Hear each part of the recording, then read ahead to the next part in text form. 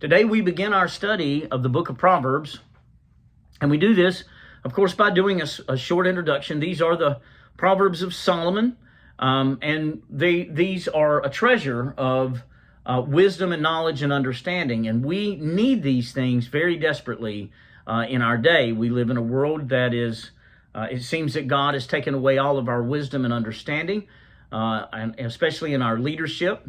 And so we live in a day that cries out very much for wisdom. And we're going to see that wisdom has been crying out to us to turn into her. And so we will look at these Proverbs and we will see how they will help us. And the first thing that we see is that we get an introduction to the book by Solomon himself in the first 6 verses of chapter 1. And this is what we're going to look at today. What is a proverb? A proverb is a common saying that is well known in a people. And so this is our Proverbs. We are God's people, and these are our Proverbs. Solomon gives them to us, and we know how he received them. He received them directly from God. 1 Kings chapter 3, we are told that God offers Solomon anything that he wants. And Solomon told him that he wanted wisdom to lead and rule over his people because he was a young man and he had little understanding and he did not have any confidence in his own abilities. And so he needed wisdom to lead his people. And so in turn, God not only gave him wisdom, but he also gave him discernment in that which is good and evil. Now, this phrase, good and evil, should be familiar to us. We remember it from the garden. We have the tree of the knowledge of good and evil, and this was something that Adam was going to get, but didn't have the maturity for yet. God had not give it to him yet, and so it was something withheld from him. And so now here, when we get to Solomon, we see that this knowledge of good and evil, is handed over to Solomon. And so what Solomon does in turn, he gives it to his sons, and that is our intended audience, sons and daughters.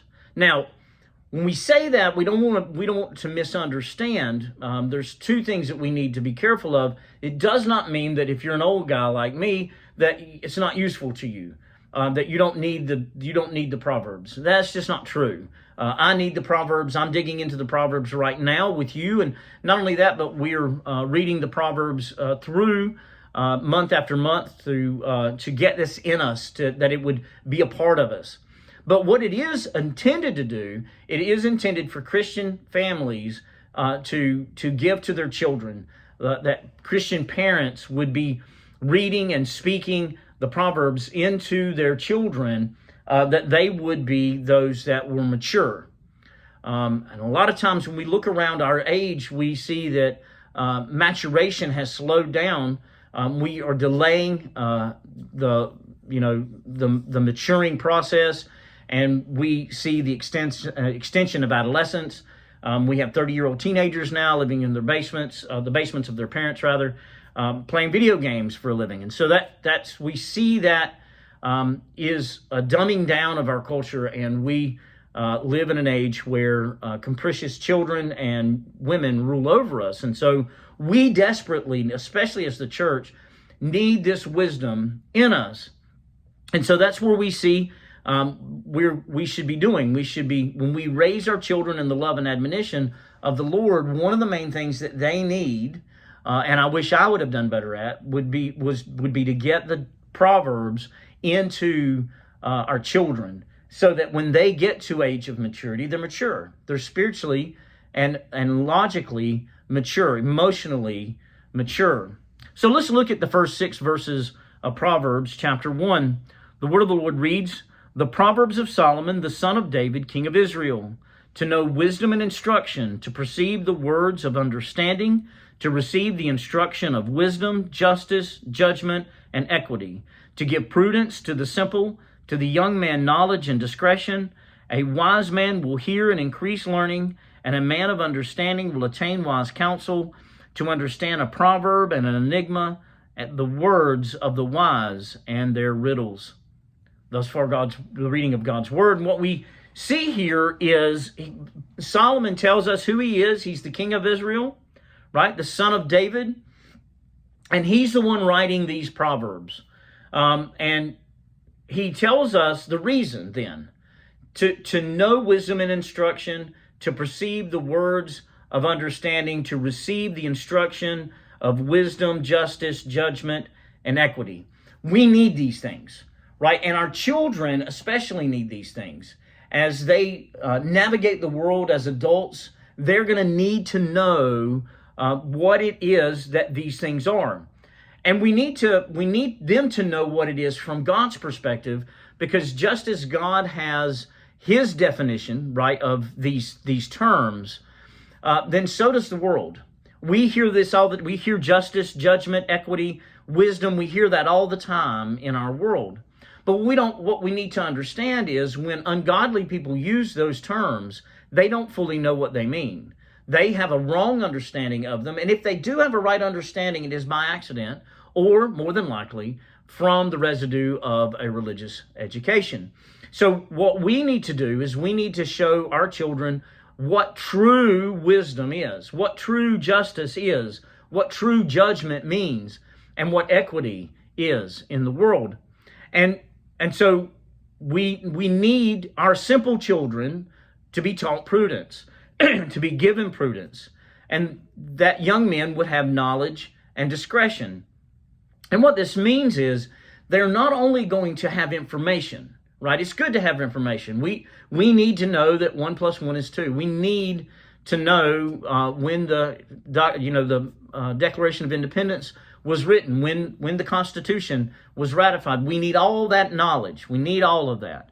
But we need to be able to rightly decipher that knowledge and then apply it to or give it application in our living our lives. And that's what wisdom is. When we have knowledge and then rightly use or discern that knowledge and use it to make better decisions, rather, then that is wisdom. And that's what we need here, right? A wise man will hear and increase knowledge, or increase learning, rather. This is just simply to say that a wise man will not ever be satisfied with what he knows.